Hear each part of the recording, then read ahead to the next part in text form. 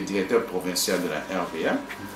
Ce qui est de l'information de l'heure, c'est ce qui s'est passé, c'est le trafic des chambres, que nous sommes en train, nous aussi, de déplorer. Qu'est-ce qui se passe par rapport à ça? Pour commencer par cela, je vais commencer par les chambres, ensuite je vais chuter par le cadre de la SNE. Parce que vous avez commencé par le cadre. D'accord. Nous avons constaté depuis un certain temps que ce trafic s'est intensifié ici sur la plateforme aéroportuaire. Mais nous nous réjouissons du fait qu'il y a beaucoup de services de l'État. Parce qu'avant même qu'on parle de l'auditorat, les services de l'État ici, on fait le constat, on établit un PV de saisie et on achemine toutes ces matières aussi au parquet. Donc on achemine à qui des droits. La suite, ce n'est pas l'affaire de la RVA. Vous comprenez? C'est-à-dire quand on bloque une matière prohibée, nous établissons les documents tels que nous l'exige la réglementation et nous acheminons cette matière prohibée aussi au parquet. C'est le parquet qui sait ce qu'ils vont en faire et le parquet sait ce qu'il peut faire des expéditeurs de ce produit prohibé. Et ça, nous en avons aussi les preuves parce que nous avons tous les PV de saisie. Vous voyez? Nous avons tous les PV de saisie. Et ce qui s'est passé dernièrement, parce que cela a été crié, vraiment décrié un peu partout, nous avons aussi observé, après que les autres services de l'État fassent aussi ponctuellement leur travail, après que nous ayons reçu une réquisition d'informations de l'auditorat, vous voyez, quand l'auditeur supérieur établit une réquisition, c'est quand même l'organe de la loi. Si. Je suis le directeur provincial de la RVA. Comment je puis m'opposer à cela? Vous voyez, c'était une réquisition.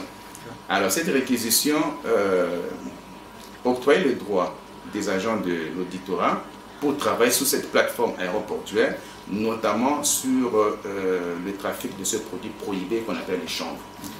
Voilà.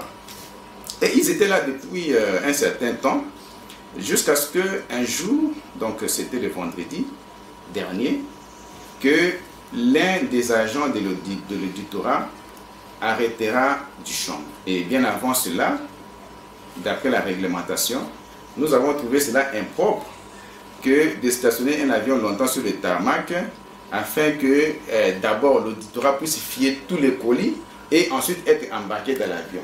C'était une perte de temps opérationnel pour l'opérateur, pour l'avion. Il pouvait prendre beaucoup de temps, mais en attendant qu'on fuit d'abord tous les colis déjà embarqués dans les camions pour être chargés dans l'avion. Nous sommes opposés à cela. Nous leur avions expliqué la réglementation. La réglementation voudrait que, au départ du dépôt, c'est là aussi qu'il y a les services de l'État. C'est au dépôt qu'on a chargé le camion de fret. Ça ne se charge pas à l'aéroport. Au dépôt, et tous les dépôts se trouvent où? Soit en ville, soit derrière ici, Moulomboji, village Moulombo. Quand on a chargé le camion, toutes sortes de matières, nous, on n'est pas là pour contrôler ces matières-là au niveau des dépôts. Mais des matières autorisées, pas des matières prohibées. Parce que s'il y a des matières prohibées, ce sont les agents de l'État qui se trouvent au niveau des dépôts, au niveau des agences, qui vont bloquer là-bas, déjà en amont. Alors, réglementairement, quand on a chargé toutes ces matières, tout ce fret, dans le camion, on ferme hermétiquement le camion. Le camion ne s'ouvre plus. Le camion ne doit s'ouvrir qu'au pied de l'avion pour être chargé dans l'avion. Maintenant, le problème, c'est dans les trajets.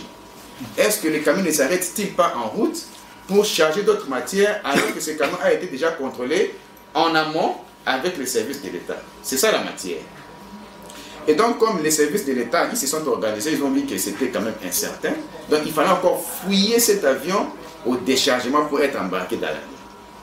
Et donc, nous avons dit non, non, cette opération ne peut pas se faire au pied de l'avion. Parce qu'ils les font avec des armes blanches. C'est quelque chose comme des flèches comme ça, en train de trouver toutes sortes de sacs. Et au vu et au su de tout le monde. Et parfois les uns en tenue militaire, les autres en tenue civile. Et nous avons trouvé que c'était impropre, inapproprié, d'après la réglementation.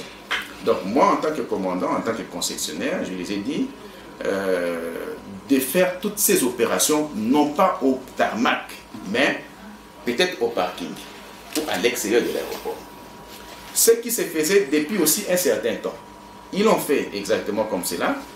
Et ce jour-là, le faisant, en train de contrôler, ils m'ont rapporté, parce que je n'étais pas encore là, les services m'ont rapporté que les agents de l'auditorat étaient en train de fouiller le camion de CA qui devait embarquer, qui devait amener les fret au tarmac sur le parking comme vous l'avez autorisé. Mais malheureusement, à un moment donné, on a vu le chef d'escale enlever brutalement les camions pour l'amener jusqu'au tarmac. Ils n'ont pas terminé le travail. Ce qui a fait que ces agents de l'auditorat poursuivent les camions jusqu'au tarmac, alors que moi j'avais dit ces opérations de contrôle, toutes ces manœuvres ne peuvent pas se faire au pied de l'avion, c'est inapproprié. Et ce qui a justifié la présence des agents de l'auditorat sur le tarmac, parce qu'ils ont poursuivi les camions qui a été enlevé brutalement vers... Alors le chef d'escale, selon lui, il dit que nous ne gérons que par l'état opérationnel. Comme ces manœuvres prenaient aussi beaucoup de temps, nous devons aussi enlever les camions pour être chargés, parce que le camion, s'il part, il laisse la marchandise autrui, il y aura aussi des problèmes. Voilà un peu cette incompréhension dans laquelle nous étions. Il a refusé de prendre le téléphone. Et c'est une désobéissance d'après eux. Donc nous ne pouvons pas donner beaucoup d'informations là-dessus. Et pour nous, c'était comme un manque de respect auprès du général, qui voulait aussi que le lieutenant lui parle. Et cela n'étant pas fait, il a été extirpé du tarmac par le général et il est parti avec tout le monde. Hein, il est parti avec ses militaires et le lieutenant qu'il a pris. Les autres agents de l'auditorat s'étaient déjà écartés. Ils étaient déjà partis. Donc c'est ce que nous pouvons dire à propos. Mais pour le contrôle des matières interdites, nous avons tous les services de l'État pour le faire. Donc, je vois le faire par l'ANER, par la DGM et dernièrement ici par l'auditorat. Ça, c'est en ce qui concerne les fret. Mais il y a aussi des contrôles dans les avions passagers.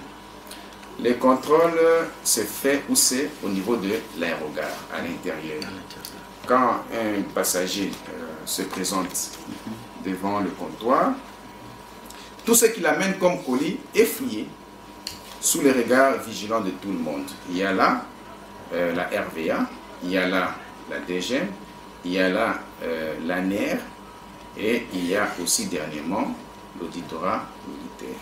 Vous voyez un peu. Et donc, c'est difficile ces derniers temps de parler de ce trafic parce que le contrôle est toujours là et ces matières sont toujours bloquées. Ce qui est vrai, nous avons observé que presque tous les vols cargo, on bloque les matières interdites de champs. Donc, il y a des gens qui s'adonnent vraiment ces derniers temps à ce trafic. C'est ce que nous ne comprenons pas.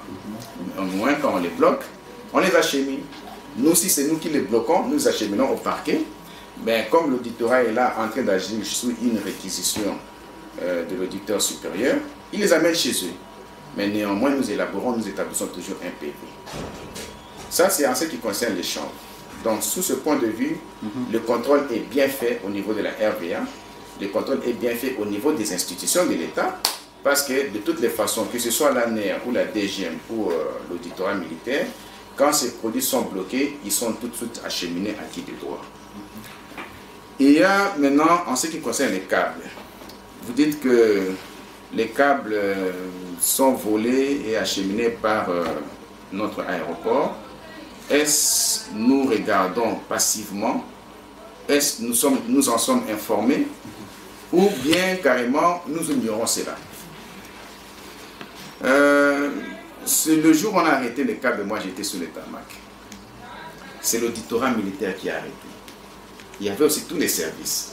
C'est que ce jour-là, j'avais félicité aussi les agents de l'auditorat en leur disant, mais comment vous avez vu ça? Et tout le monde n'a pas vu. Vous voyez un peu, c'était ça. Vous avez vu, mais tout le monde n'a pas vu. Comment cela se fait-il? Oh, commandant, mais c'est le câble, mais le câble de la SNEL. Mais attendons, appelons un peu les DPD de la SNEL. Est-ce que c'est lui qui expédie les câbles ou bien c'est comment? Alors j'ai tenté de l'appeler ce jour-là, je ne l'ai pas joint, je ne l'ai pas eu au téléphone. Je crois que je l'aurais eu un autre jour et ils avaient dit que ça doit être leur câble. Alors, les agents de l'auditorat m'ont dit que ce câble avait aussi des cuivres qui étaient... qui avaient des cuivres, c'est une matière qui est exploitée par certaines personnes de l'autre côté à Kinshasa ou à Lubumbashi. Nous ne pouvons pas encourager ces genres de mouvements, ces genres de vols. Nous, ici à la RVA, nous en avons souffert plusieurs années. Il paraît que dans les temps, il y avait un câble qui provenait de la SNEL jusqu'ici à l'aéroport. Et ce câble a été volé. Coupé. A été volé. Vous voyez? Et depuis ce jour-là, nous n'avons plus eu d'autres câbles. Donc nous ne pouvons pas encourager cela. Cela n'encourage pas le développement. Vous savez que pour être développé rapidement, il y a deux secteurs sur lesquels nous pouvons miser. Il y a l'électrification, et il y a aussi les routes. Les deux secteurs peuvent amener rapidement le développement de la région. Pour ne pas dire du Kassai, de la région. N'importe quelle région peut être développée rapidement si cette région est connectée par les routes et rapidement aussi si cette région est électrifiée pour être chargée dans l'avion. Mais d'où ils viennent? L'État a installé les services. D'où ils viennent là? Voilà. Donc le câble a été embarqué où? Au dépôt en ville. C'est là, au vu et au su de ceux qui étaient là. Peut-être on les a trompés. Mais ça ne doit pas se faire au tarmac.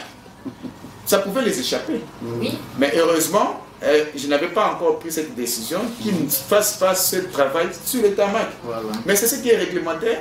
Est-ce que vous irez à l'aéroport de Ndjili, vous trouverez les agents de l'auditorat en train de faire le contrôle au pied d'avion? Vous irez à Lubumbashi, même si vous avez déjà voyagé en France ou ailleurs, vous trouverez les agents de l'auditorat militaire en train de fouiller les bagages au pied d'avion? Non. Ça n'existe nulle part. Mais au départ des dépôts, là on a chargé la cargaison pour être embarqué dans l'avion, c'est là que se fait le contrôle.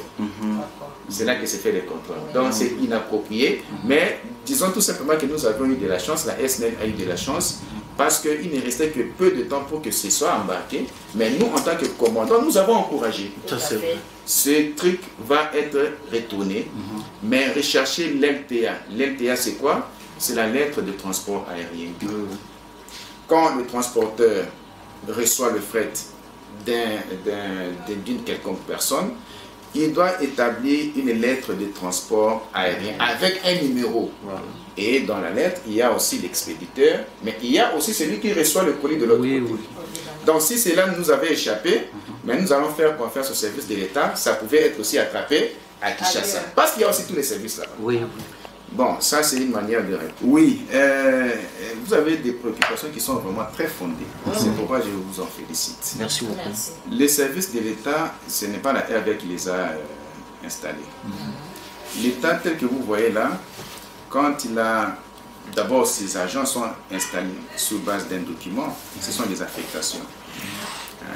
C'est-à-dire qu'ils sont tous de l'ANER, ils sont tous de la DGM, mais ils sont détenteurs des affectations.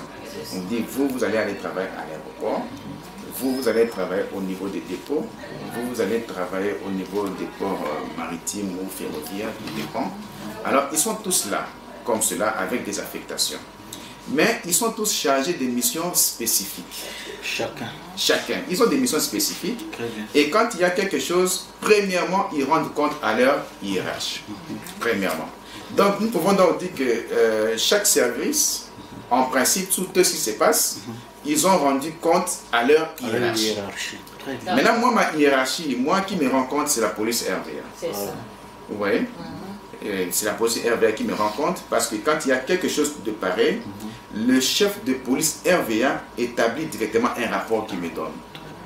Et moi, appelle-moi le CP de l'année.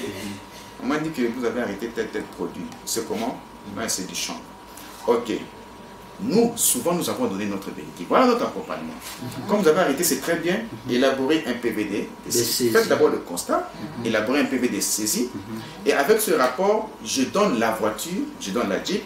Et on achemine avec, non seulement ceux qui ont arrêté, mais c'est un collège. Donc, il y a la RVA, il y a l'ANER et il y a la police des frontières. On achemine le colis où c'est? Au parquet. Vous voyez? Mais maintenant, présentement, comme il y a cette réquisition, le colis s'achemine où c'est? À l'auditoire. Pour nous, au vu de tout ce qui se passe, nous avons seulement renforcé nos positions en donnant aussi de la matière à notre police. notamment.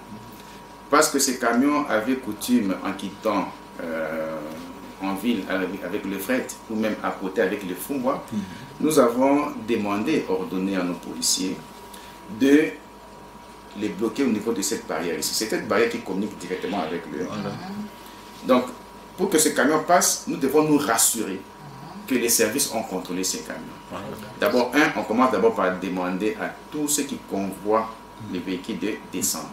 On les fuit d'abord et ensuite on regarde à l'intérieur de manière éparse, on regarde directement comme ça et on s'assure que ce camion a été contrôlé. Parce que pour qu'il arrive ici, il y a aussi l'auditeur qui est de l'autre côté, les auditeurs qui sont au niveau du parking. Ils ont déjà aussi marqué leur aval et les camions entrent. C'est-à-dire que nous tous les services sont rassurés qu'à l'intérieur il n'y a rien. Parce que nous avons observé que, vous verrez, il y a toujours des individus qui aiment se rassurer que mon marchandise X est bien, ma marchandise X est bien entrée dans l'avion. Ils voudraient toujours être là, soit à la limite du tarmac ou à l'intérieur du tarmac. Et là, ce sont des indicateurs. Mais ce monsieur qui est là, que fait-il là? Il faut le suivre. Et en le suivant, vous verrez qu'il est en train de vigiler que sa marchandise entre. Et c'est inapproprié. Donc le tarmac, on ne peut trouver au tarmac que des agents affectés au tarmac. Que les agents affectés au tarmac, pas autre personne. Oui, mais le dernier mot, c'est-à-dire que, comme on a toujours dit que Kananga, c'est l'oasis de paix, il en est de même à l'ouverture, donc à l'entrée de cette province. La province ici, l'aéroport de Kananga, c'est un aéroport qui est convoité de par sa position. Cet aéroport est presque au centre. Cet aéroport, ça peut être un carrefour de la RDC. Donc, nous allons d'abord commencer par inviter tout le monde au respect de cet aéroport, le respect du bien public. Respectons notre aéroport, aimons notre aéroport, accompagnons le développement de cet aéroport. Soyons vigilants et respectifs vis-à-vis des règlements aéronautiques que tout le monde ne connaît pas. Mais quand vous allez venir, nous allons vous dire, monsieur, n'accédez pas à telle zone, restez à telle zone. Il faut respecter. Il y a des dignitaires qui ne respectent pas. On a mis d'abord les bus, d'abord pour épargner les dangers qui peuvent survenir des démarrages des avions par le rejet des gaz. Merci, monsieur, madame les journalistes.